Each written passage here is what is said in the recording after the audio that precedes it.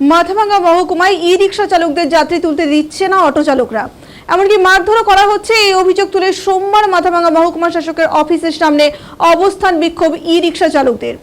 অবস্থানকারী ই রিক্সা চালকদের অভিযোগ, তারা যাত্রী নিয়ে চলাচল করতে পারছে না, রাস্তায় যাত্রী নামিয়ে দিচ্ছে অটো চালকরা, এমনকি মারধরও করা হচ্ছে। তাই সঠিকভাবে যেন তারা ই রিক্সা চালাতে পারেন, সেই দাবিতে অবস্থান বিক্ষোভে সামিল হয়েছেন তারা।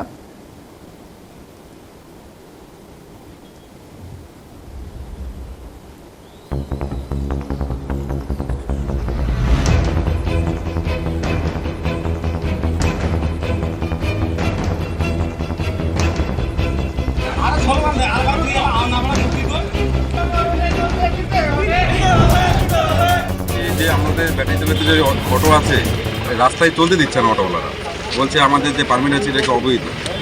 তাহলে এই অবৈধ যদি হয়ে থাকে, এই যে পারমিটটা আমি দেখাবো, এই যেখানে পারমিটটা দেওয়া আছে আইটিও থেকে, এখানে আমাদের এই যে দেওয়া আছে গোকসাডাঙ্গা টু সিতাই মোড় হয়ে দুলুম। এই পারমিটটা কোথা থেকে দিয়েছে? আইটিও থেকে।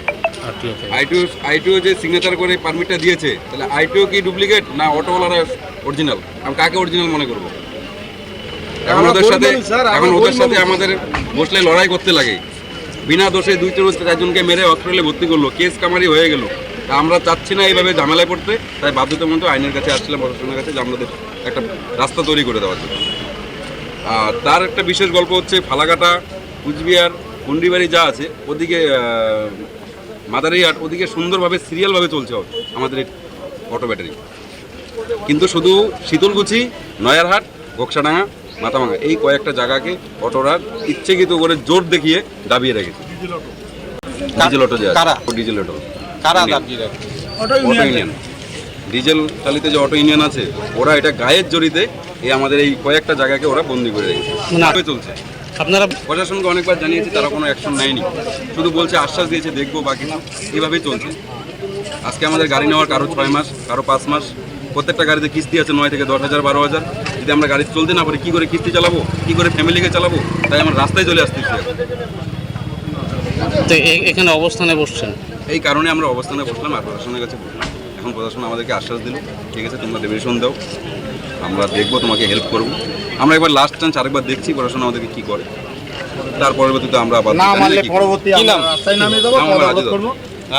নাম রাজু দত্ত। যে আমাদের ব্যাটারি চালিত যে অটো আছে, রাস্তায় চলতে দিচ্ছে না অটোওয়ালা। দীর্ঘদিন থেকে এই অটো আমরা নিয়ে রাস্তায় বেরোতে পারছি না, ঠিকভাবে চালাতে পারছি না। আমাদেরকে যে কোনো জায়গায় আমাদেরকে হেনস্থা করা হচ্ছে। তো আমরা যদি আইন মেনে চলি, আইন তো সবার জন্য সমান। আমরা ব্লকের গাড়ি যদি ব্লকে চালাতে হয়, তাহলে অটো যে ডিজেল অটো আছে ওদের ওভারলোডিং চলবে না। 3+1-এর গাড়ি আমরাও 3 জন নিয়ে চলবো, ওদেরকেও 3 জন নিয়ে চলতে হবে, তাহলে সবাই রাস্তায় প্যাসেঞ্জার পাবে। আমাদেরকে নির্দিষ্ট জায়গা দিতে হবে। আমরা মাথামাথা থেকে ডাকঘরা শিবপুর চৌধুরী যেতে চাই, 2-3টে অফিস আমাদের দরকার আছে। আমরা ব্যবসা করতে গেলে 3 জন করে যখন চলবো, তখন সবাই সমানভাবে চলতে পারবে। এটাই আমার প্রশাসন, সবার কাছে এটাই আমার আমাদের জন্য এই ব্যাপারটা খতিয়ে দেখা হয়, নাহলে আমরা এর পরবর্তীতে আমরা বৃহত্তর আন্দোলন নামতে বাধ্য। এটা গত পরশুদিনে একটা ঘটনা ঘটেছে সিতাই মোড়ে। শীতলকুচির এক অটোর সঙ্গে ই রিক্সা চালকের সঙ্গে, মানে এখানে অটো চালকের একটা বচসা হয়েছে।